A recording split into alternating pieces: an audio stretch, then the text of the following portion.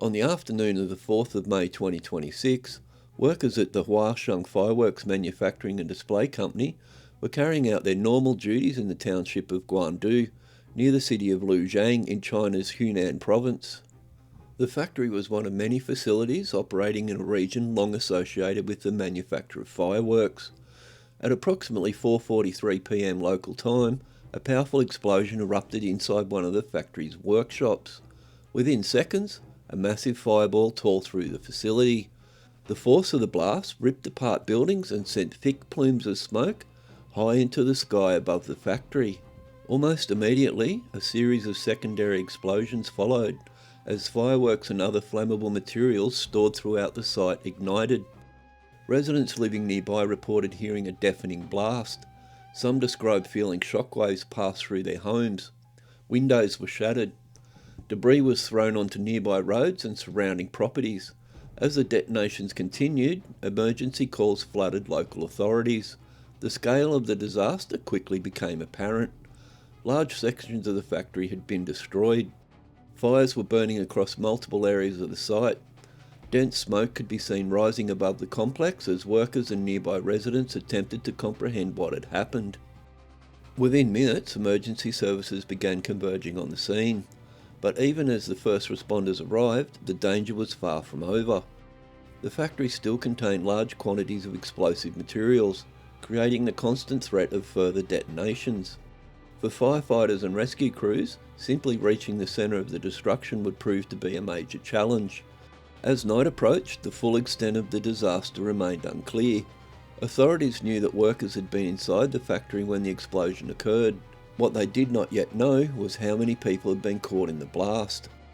While smoke continued to rise from the shattered complex, rescue teams began preparing for a search operation that would soon become one of the largest emergency responses the region had seen in years.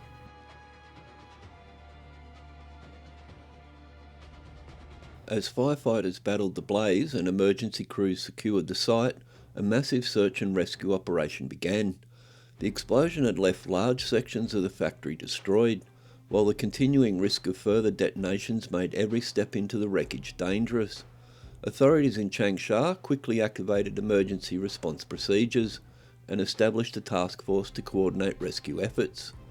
Over the following days, more than 1,500 personnel would be mobilised. Their mission was simple: find the survivors. The explosion had scattered debris across the site and damaged buildings beyond recognition. Adding to the danger were two black powder warehouses located within the factory complex. Authorities feared that further explosions could occur at any moment. As a precaution, everyone within a 3-kilometre radius of the factory was ordered to evacuate while rescue operations continued. Firefighters established exclusion zones and used water spraying and humidification measures in an effort to reduce the risk of additional detonations. Rescuers carried out repeated searches of the factory complex, carefully working through the wreckage while attempting to avoid triggering further hazards. Search teams were supported by rescue dogs, drones and robotic equipment as they combed through the collapsing structures and debris fields looking for signs of life. Despite the dangerous conditions, rescuers were able to pull several people alive from beneath the rubble. Rescuers relied on company records and witness interviews to determine who may have been caught up in the explosion. Meanwhile, the full impact of the blast was becoming apparent beyond the factory gates. Residents living nearby described hearing a deafening explosion that shook homes throughout the area. Windows were shattered and debris was thrown onto the surrounding roads and properties. Some of the injured suffered fractures and other serious injuries after being struck by flying debris generated by the explosion. As the search continued, the casualty figures began to rise. Initial reports suggested that 21 people had been killed, but as more victims were located and identified, the scale of the disaster became increasingly clear. By Friday, 4 days after the explosion, the death toll had risen to 37, and a further 51 people had been hospitalised. The ages of the injured ranged from young people in their 20s to people in their 60s. 5 of those injured remained in serious condition, although authorities reported that their vital signs were stable. One person was still missing. By this stage, officials announced that search and rescue operations had largely been completed. The focus was now shifting from rescue to recovery. Families waited for confirmation about missing loved ones as authorities worked to verify casualty figures and formally identify the victims.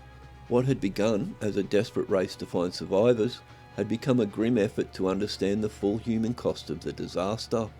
At the same time, another question was beginning to emerge. How could an explosion of this magnitude have happened in one of China's most important fireworks manufacturing centres?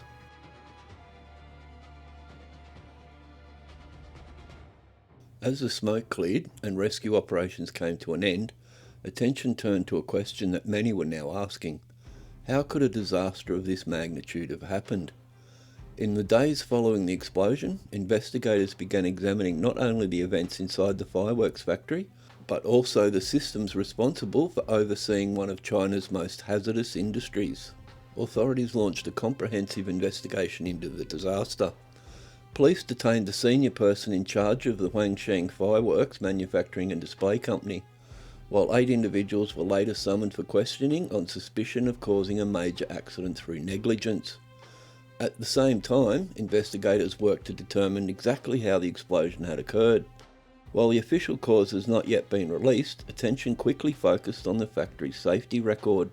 State media reported that the company had previously been cited for multiple safety risks. Just months before the disaster, regulators fined the company for safety violations involving the handling of hazardous materials. According to reports, inspectors found that oxidizers and reducing agents were mixed within the same workshop, a practice that can significantly increase the risk of violent explosion.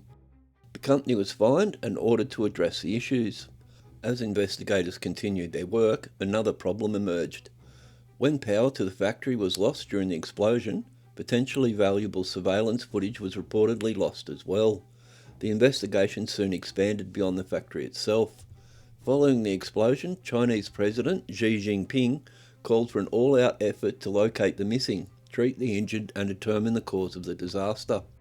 He also ordered authorities to pursue accountability for those responsible. China's State Council established a high-level accident investigation team involving the Ministry of Emergency Management, the Ministry of Public Security, market regulators and officials from the Hunan province. Their task was not only to determine what caused the explosion, but also to examine whether broader regulatory failures had contributed to the disaster.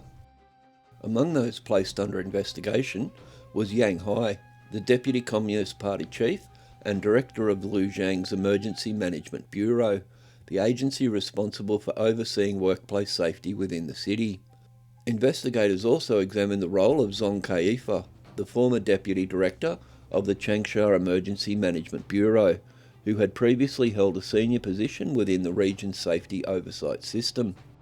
Both men were among a number of officials scrutinised as authorities attempted to determine whether safety regulations had been properly enforced and whether previous violations at the factory had received adequate attention. The investigations form part of a broader effort to establish accountability, not only within the company, but also among the agencies responsible for regulating one of China's most hazardous industries. The disaster was particularly significant because it occurred just days after new national fireworks safety standards had been introduced. In response to the explosion, authorities ordered all fireworks manufacturers across the Hunan province to suspend production while comprehensive safety inspections were carried out. Whilst several officials have been detained, as of June 17, 2026, nobody has yet been charged.